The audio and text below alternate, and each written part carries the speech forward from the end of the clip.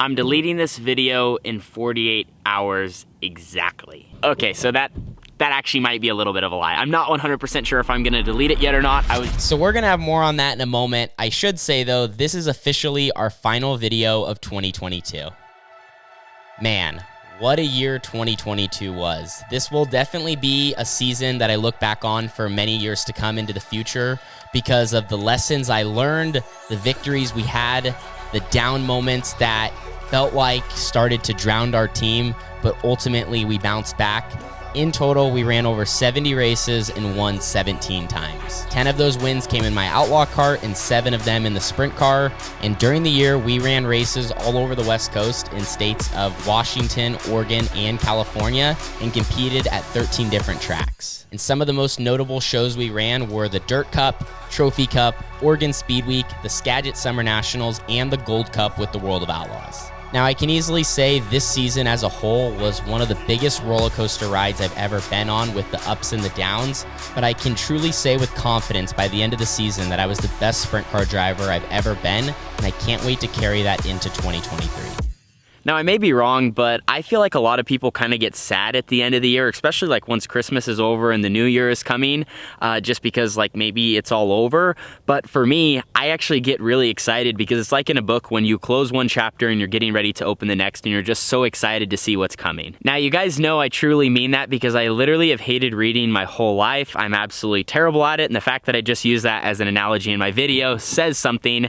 It really says how excited I am for 2023. I think it's probably the fact on, setting goals and kind of chasing them over the next 365 days. I've always really enjoyed chasing goals. I also think I get a little pumped up over the unknown. As much as the unknown can be scary and question marks are scary, there's some neat things that kind of can be produced from that. And then, of course, you have these other events that are kind of already planned, like the Chili Bowl, which is just a couple of weeks away, but other things as well that you're just excited to see how they play out and looking forward to taking advantage of those opportunities. So in years past, I always made like a video at the beginning of every year talking about my goals and what I was, hoping to achieve. And then, at the end of it all, I could look back and see, what did I accomplish? What did I fail at? And kind of like how it all played out. And I would always write those down and look at them regularly because that helps you kind of, feel motivated to chase them and, want to do what you said you wanted to do. But instead, going into 2023, we're going to do it a little bit different. Instead, we're only going to have one goal. That is one goal, and that is all. Okay,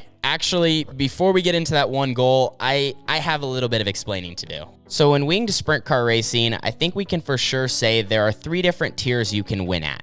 Now, starting with tier number 1, this is your local wins. 305, 360, 410 division, doesn't matter. All across the country, on a regular basis, most guys are just chasing these big local wins. Now, I don't want this to be mistaken. If you are winning at the local level and you have a wing on top of your head and a 305, 360, or 410 in your car, you are doing something right. It is not easy to win in sprint cars no matter where you are. Now, moving on to tier 2, this would be larger paying 410 and 360 shows. These races, usually draw more cars and they would pay significantly more than a local show. Now, a good example of a race like this out here on the West Coast would be the Peter Murphy Classic, the Skagit Summer Nationals, or the Marvin Smith Memorial. And now moving on to the highest level, tier 3, which is any World of Outlaws or All-Star Circuit of Champions show in the country where there's a national field. And the 2 races that highlight this tier would be the Knoxville Nationals and the Kings Royal. And those simply don't need any explaining. They are just, they're literally the largest sprint car races on the planet. So in sprint car racing, I believe that every driver and even most of the fans that just love the sport look at that top tier, tier 3, and dream of what it would be like to be on that level. Driving race cars for a living, winning World of Outlaw, All-Star races, championships, like just being one of the best in the business.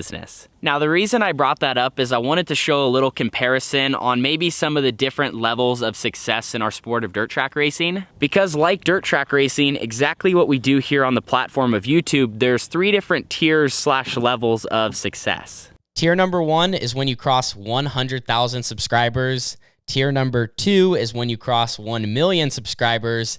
And tier 3 blows those 2 out of the water, and that is when you cross 10 million subscribers. So all of this kind of wraps around and ties together into my one and only goal for 2023, and that is to hit 100,000 subscribers by the end of the year. Now, I know you're probably thinking two different things. One, you're either like, Tanner, you're over halfway there, you can do it. Or two, Tanner, you're crazy, you've been doing this for 6.5 years and you're only at 60,000 subscribers. What makes you think you could get to 100,000? And I can truly respect both of those, but it is worth mentioning I have been on this platform for a very long time. And when I started, it was simply for fun. It was to try something out. It was to express how I felt, my love for dirt track racing, a little bit of my life, all kind of tied into one to put here on this YouTube channel and maybe share with just a couple of people. Like, who knew what would come from it? And that was back in 2016. And at the time, you know, when you do start something, you always want it to be successful. And I wanted to be a big YouTuber, which I'm by no means. But I did always have a goal of, I thought it'd be neat one day to get to 100,000 subscribers, because YouTube sends you that silver play button. And more than ever lately, I've just been thinking about that, because I've put so much into this channel. I love racing, I love doing this, and it's so cool that both of them are done together, and you guys get to see, you know, what kind of the behind the scenes of my race team and my life looks like. And in a sense, just to put it into words, you guys have kind of grown up with me. You know, you saw, you know, basically starting out as a teenager and now growing into an adult, which is neat. But it's just been cool that we've had this community. And so I want to do it for you guys. I would like to also grow the community to help dirt track racing. That was another reason I started this channel, to share this awesome sport that we do like on a weekly basis and basically live and die for. And then last but not least, do it for myself and the personal journey that I'm on. This is not my only goal for 2023, but this is the main one I'm putting here on the channel. I have many others written down and different spots in my life that I would like to improve on.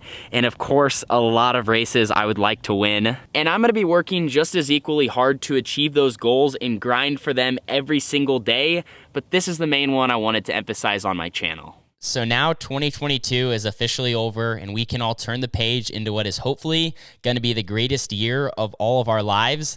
I'm so excited for you all to ride along with me for the next 365 days of my journey and to see what it has in store. Thank you so much for watching.